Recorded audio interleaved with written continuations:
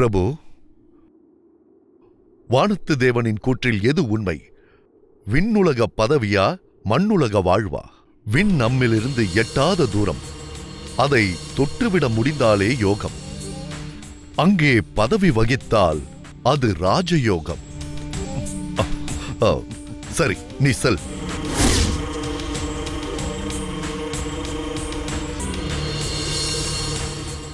என்ன நீலமலையானே, கேட்டாயா உன் அறிவு என்ன சொல்கிறதென்று? போ, உடனே போ. தேவனே, ஏகாந்த தவம் மட்டும் என்னுடைய நோக்கம் அல்ல, ஏகாந்த வாழ்வும் தான் என்னுடைய நோக்கம். என்னை விட்டு தயவு செய்து சென்று விடுங்கள். என்னை அழைத்து எந்த கேள்வியும் கேட்காமல் இருந்திருந்தால் எந்த விளைவுகளும் ஏற்பட்டிருக்காது. எப்போது விளைவுகள் ஏற்பட்டதோ அப்போதே கிரகங்கள் தன் வேலையை காட்ட ஆரம்பித்து விட்டன. உன் அறிவு மங்கி தேகம் கட்டளையிடும் நேரம் நெருங்கிவிட்டது. உன்னை உன்னாலே கட்டுப்படுத்த முடியாது. நான் ஆதிபராசக்தியின் மைந்தன், ஆசைகளை கட்டுப்பட்ட அறிந்தவன். என்னிடம் சவால் விடுக்காதே, செல்.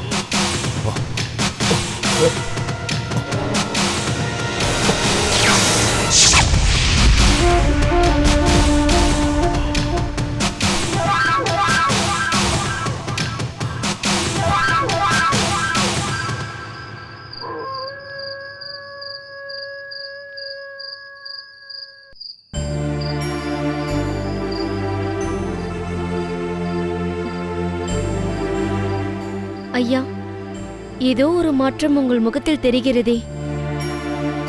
என்னவென்று நான் காரணம் தெரிந்து கொள்ளலாமா? ஒன்றுமில்லை நீலாயுதாட்சி, என் உள் உணர்வு ஏதோ சொல்கின்றது. எதுவென்று சரியாக தெரியவில்லை. அதனால் குழப்பமாக உள்ளது. நீங்களோ அனுபவம் வாய்ந்தவர். நீங்களே குழம்பினால் என்னை போன்ற எளிய பிறவிகள் என்ன செய்ய முடியும்? என் குழப்பம் பெரியது. அதற்கான விடை யாருக்கும் தெரியாது. பொறுத்திருப்போம். குருநாதர் வரட்டும். நீ இங்கேயே காத்திரு. நான் நீராடி விட்டு வருகிறேன்.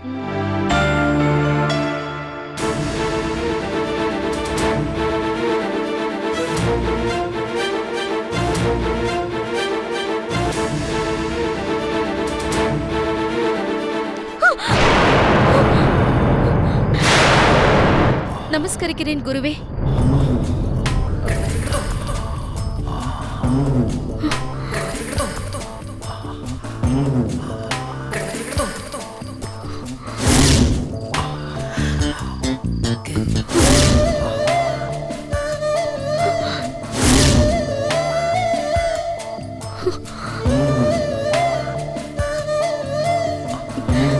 தட்சன் நீராட சென்றுள்ளார்.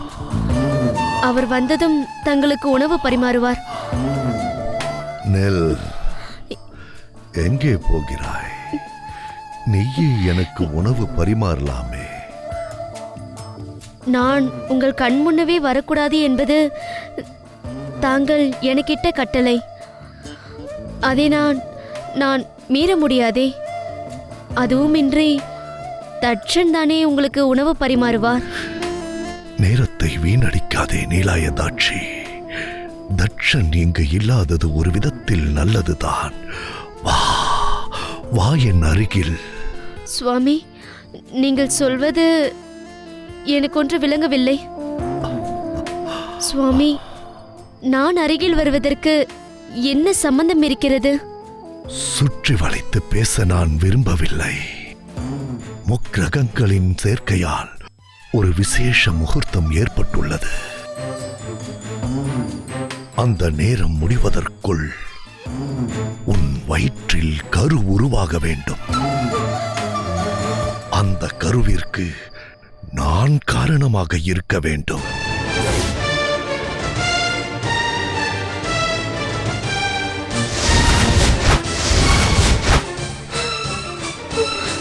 சுவாமி, நீங்களா பேசுவது? ஆம், நானேதான். அதே நீலமலையான் தான் பேசுகிறேன். வா என் அருகே.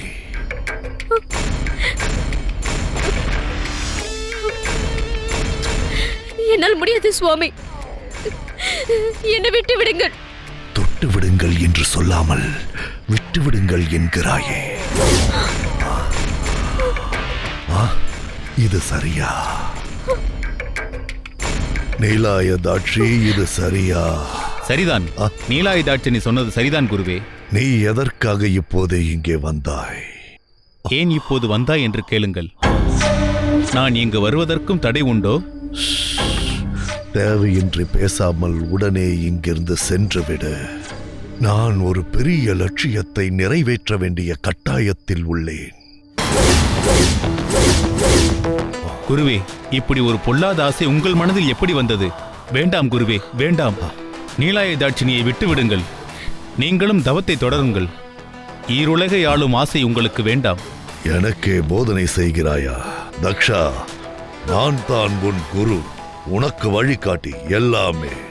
என் வழிகாட்டி சரியான வழியில் போக வேண்டும் என்று நான் நினைப்பது தவறா குருவே? எனக்கு எது சிறந்த வழி என்று நான் தீர்மானித்துக் கொள்கிறேன். என் வழியை மறிக்காமல் நீ சென்றுவிடு.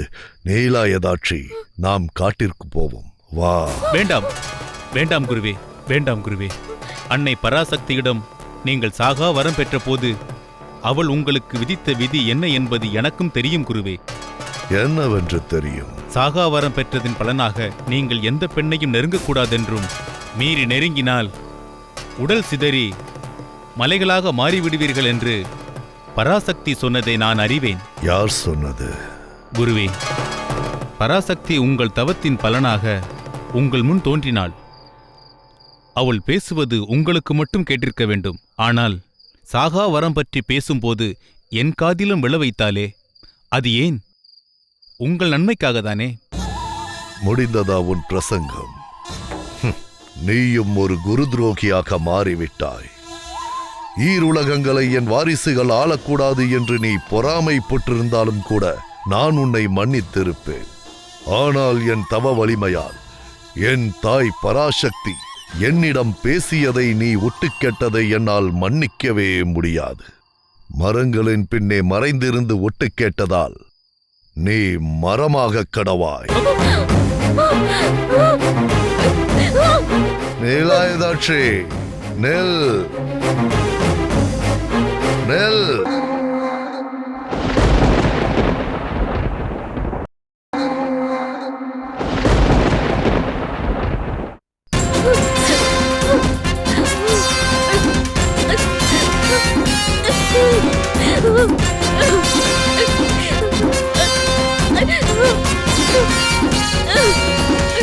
நீலாயதாட்சி, நெல். நீலாயதாட்சி, நெல். நீலாயதாட்சி.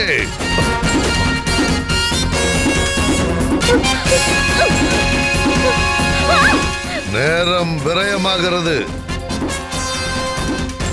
இன்னும் தாமதமானால் என் லட்சியம் பாழாகிவிடும். நீலாயதாட்சி.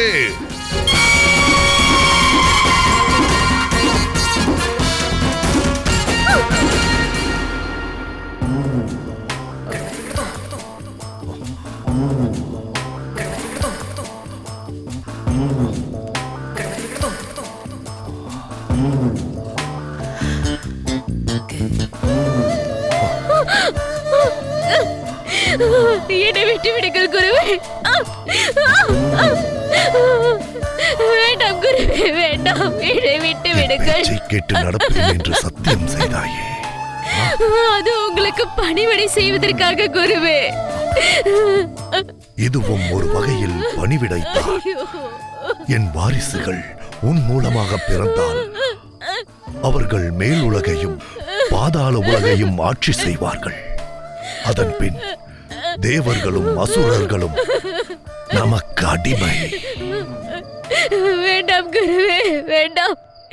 எனக்கு பயமாக இருக்கிறது. திருமணம் என்ற பந்தம் உருவாகவில்லை என்று பயப்படுகிறாயா? தேவையில்லை. காந்தர்வ விவாகம் ஒன்று போதும். அதுவும் நமது கலாச்சாரம் அனுமதித்தது தானே.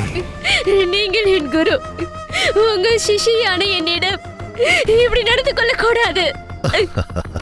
நான் உனக்கு இன்னும் தீட்சை தரவில்லையே. அதை தரும் வரை நான் உனக்கு குருவும் அல்ல, நீ எனக்கு சிஷ்யையும் அல்ல. இல்லை, உங்கள் சிஷியை ஆக்கிக் கொள்வேன் என்று சொல்லி வாக்கு கொடுத்தீர்களே, மறந்து விட்டீர்களா? உன்னை என் மனைவியாகவே ஆக்கிக் கொள்கிறேன். அது போதாதா? என் தவ வலிமையில் சரிபாதியை உனக்கு பிரித்து தருகிறேன். உங்கள் தவத்தின் மொத்த பலமும் பறிப்போய்விடும் என்று அறிந்தும் ஏன் இப்படி ஒரு விஷ பரீட்சையில் இறங்குகிறீர்கள்? எல்லா சாபங்களுக்குள்ளும் ஒரு வழி இருக்கும். அதை நான் பயன்படுத்தி மீண்டு வருவேன். வேண்டாம் சுவாமி, வேண்டாம். தட்சன் பேசியதை நான் கேட்டுக்கொண்டுதான் இருந்தேன். தலை வேறு உடல் வேறாக சிதறிவிடும் என்று, சாபம் பழித்துவிடும் என்றும் அறிந்தும் பயத்தை நோக்கி ஏன் போகிறீர்கள்? நீலாயதாட்சி, நேரம் போய்கொண்டே இருக்கிறது. வேண்டாம் சுவாமி. இந்த கிரக நிலைகள் நீங்கும் முன் உன் வயிற்றில் கரு உருவாக வேண்டும். தயவு செய்து உங்களை மன்றாட கேட்டுக்கொள்கிறேன். என்னால் உங்களுக்கோ, உங்கள் புகழுக்கோ, உங்கள் தவ பயனுக்கோ என்னால் களங்கம் வேண்டாம் குருவே. இதோ பார் நீலாயதாட்சி, இனி பேசி பயனில்லை. வா வா வா நீலாயதாட்சி, வா வா.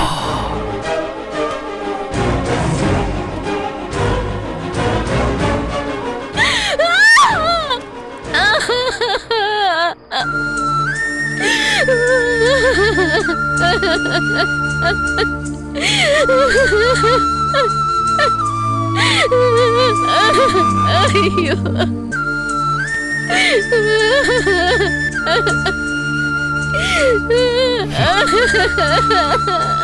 அடே தக்ஷா, வீணாக மரமாயி நிற்கின்றாயே. என் எண்ணம் நிறைவேறியது. என் லட்சியம் நிறைவேறிவிடும். என் வாரிசுகள் 7 உலகங்களையும் ஆளப் போகிறார்கள். நீலமலையானே,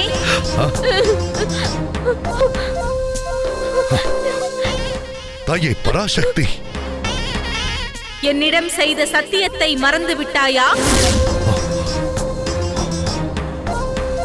அதை மீறினால் என்ன நடக்கும் என்ற என் சாபத்தை மறந்து விட்டாயா? மறக்கவில்லை தாயே, மறக்கவில்லை. என்னை மன்னித்து விடு தாயே, மன்னித்து விடு. மன்னிப்பா? உனக்கா? இனி அது உனக்கு கிடைக்காது. தக்ஷன் உன்னை எச்சரித்தான், அவனை மன்னித்தாயா? மரமாக்கி விட்டாயே.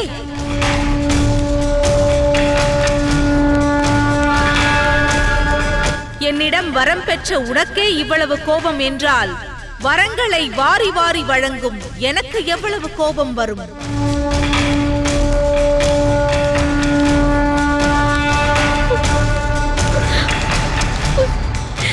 தாயே, இவரை மன்னித்து விடு. இப்போது இவர் என் பாதி. என்னுடைய நிலைமையை எண்ணிப்பார். நீலாயதாட்சி, நீ எவ்வளவு மன்றாடினாய்? மனம் இறங்கியதா அவனுக்கு? நல்லவன் தட்சனே மரமாக மாறிய பிறகு தீயவன் நீலமலையான் ஏன் மலையாக மாறக்கூடாது? தாயே, உள்ளத்தில் கொழுந்து விட்டு இருந்த பேராசையால் நான் அவ்வாறு நடந்து கொண்டேன். அது என்னால் அடக்க முடியவில்லை. அது கிரக சேர்க்கையின் கோளாறு என்பதை நீயும் அறிவாயே தாயே. விதிவசத்தால் மதி இழந்தேன். என் சாபத்தை தயை கூர்ந்து விளக்கிக் கொள். என்னை என் மனைவியுடனும் பிள்ளைகளுடனும் வாழ விடு. என்னை மன்னித்து விடு தாயே, மன்னித்து விடு. சாதாரண மானிடன் ஒருவன் தவறு செய்தாலே தண்டனை கிடைக்கும். நீயோ மனிதரில் புனிதனாக மாறியவன். அந்த புனிதம் கெடும் வகையில் நீ நடக்கலாமா? தவறுதான் தாயே, தவறுதான். உன் தாள் பணிந்து வேண்டுகிறேன். என் தவ பயனையும் நீ வழங்கிய வரங்களையும் வேண்டுமென்றால் எடுத்துக்கொள். சாகாவரம் பெற்ற என்னை மரணக்குழியில் தள்ளாதே தாயே. என் பிள்ளைகள் வளரட்டும். அவர்கள் உபயத்தால் நான் தேவ பதவியில் அமர்வேன். என்னை விட்டு விடுத்தாயே. உன் மனதில் அப்படி ஒரு கணக்கு உள்ளதா? காலம் என்ன கணக்கு போட்டு உள்ளது என்பதை நீயும் நானும் காத்திருந்துதான் பார்க்க வேண்டும். தாயே, பிட்டுக்கு மண் சுமந்து உன் கணவன் மீது விழுந்த பிரம்படி தழும்பு உலக மானிடர்கள் மீது விழுந்தது உண்மையானால் என்னை சிதறடிக்கும் முன் சாபம் காலா காலத்திலும் உனக்கு கலங்கத்தை ஏற்படுத்தும். எல்லா கடவுள்களுக்கும் அது ஒரு பழியாக விளங்கும். என் சாபம் மாறாது. அது நடந்தேதான் தீரும்.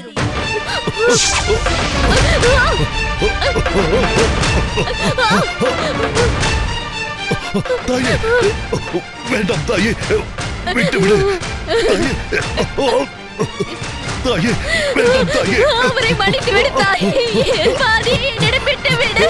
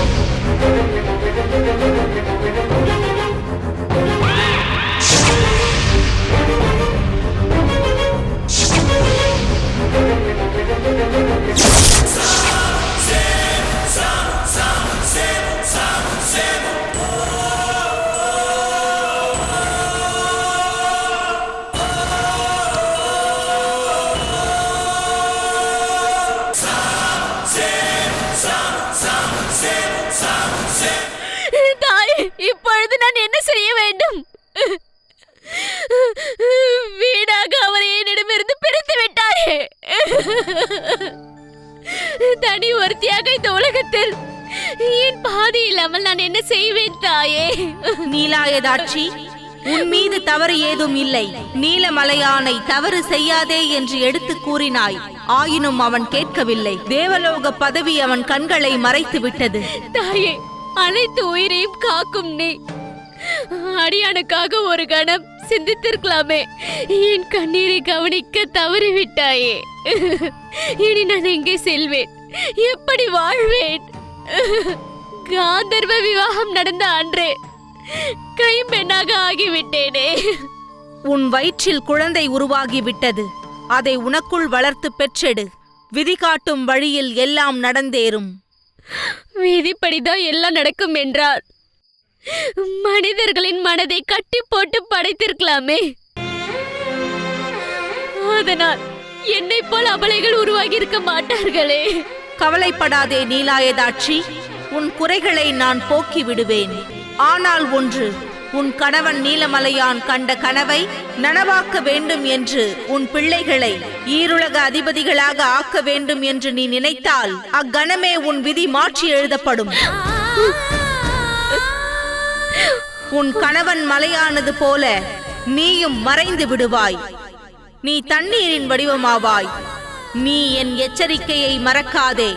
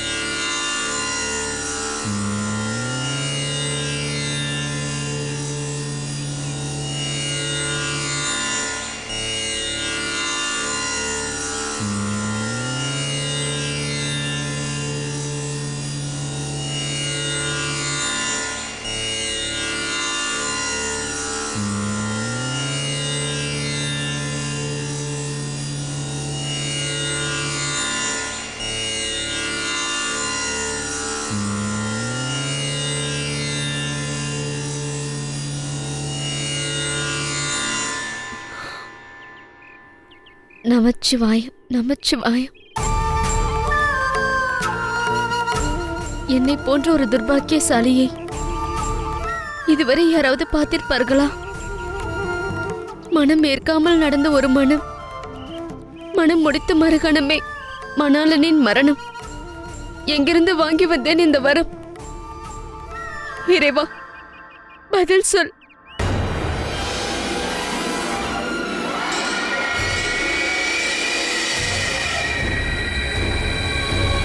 நீ எப்படி பதில் சொல்வாய்? நீ எப்பொழுதும் மௌனத்தை மொழியாக கொண்டு தவம் செய்பவன் தானே?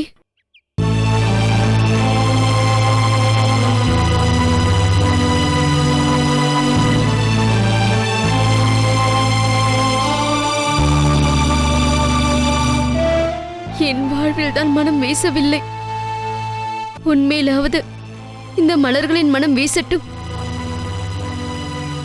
ஏற்றுக்கொள் என் வந்தனங்களை. நில்!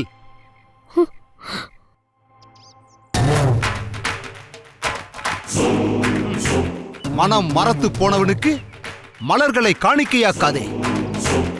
ஆண்டவனை அர்ச்சிப்பது என் நிச்சய கடமை அல்லவா? அவன் தன் கடமையை செய்யவில்லையே. அப்படிப்பட்டவனுக்கு எதற்காக மலர் அபிஷேகம் செய்கிறாய்? என் மனம் குழப்பத்தில் ஆழ்ந்துள்ளது. நீங்கள் சொல்வது எனக்கு புரியவில்லை. யார் இவன்? யார் இவன்? பரமேசிவன் தானே? பார்வதியின் கணவன் தானே? எந்த பார்வதி உன் கணவனின் உயிரை பறித்தாளோ அந்த பார்வதியின் கணவன் தானே இவன். அவனுக்கு நீ மலரால் அபிஷேகம் செய்யலாமா? என் கணவரின் உயிர் பறிக்கப்பட்ட போது அருகில் இருந்து பார்த்தவள் தான் நான். அப்பொழுது அன்னையிடம் எவ்வளவோ கேட்டு கெஞ்சிய போதும் பலனில்லை. அந்த நொடியில் அவள் மேல் எனக்கு கோபம் வரதான் செய்தது. அந்த கோபம் இப்போ எங்கே சென்றது? ஏன் உனக்கு இந்த கோபம் மறைந்தது? அவள் உன் கணவன் உடலை பல பாகங்களாக சிதறடித்து பருவத மலைகளாக மாற்றியவள் அல்லவா? பார், சுற்றி பார். உன் கணவர் பருவத மலைகளாக சிதறி கிடப்பதை பார்.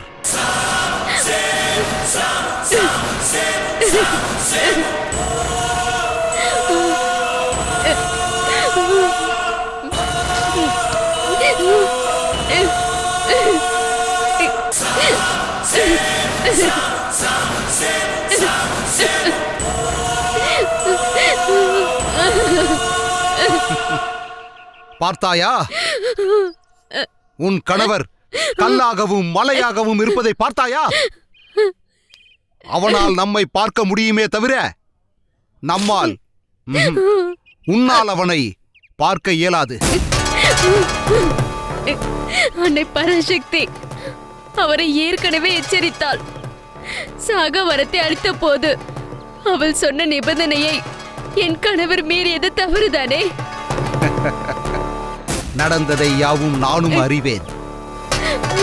பார்வதியின் நிபந்தனையை தச்சன் நினைவுபடுத்தினான்.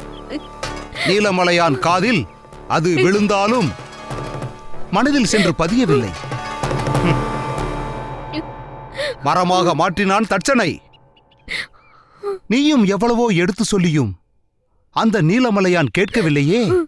காரணம், அவன் மதி அந்த சமயம் மயக்கத்தில் இருந்தது.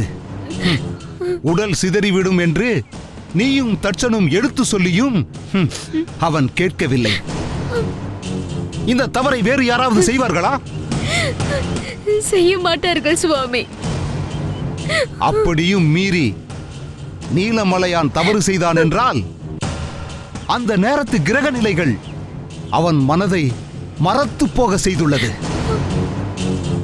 அந்த உண்மையை ஏன் உன் பராசக்தி புரிந்து கொள்ளவில்லை?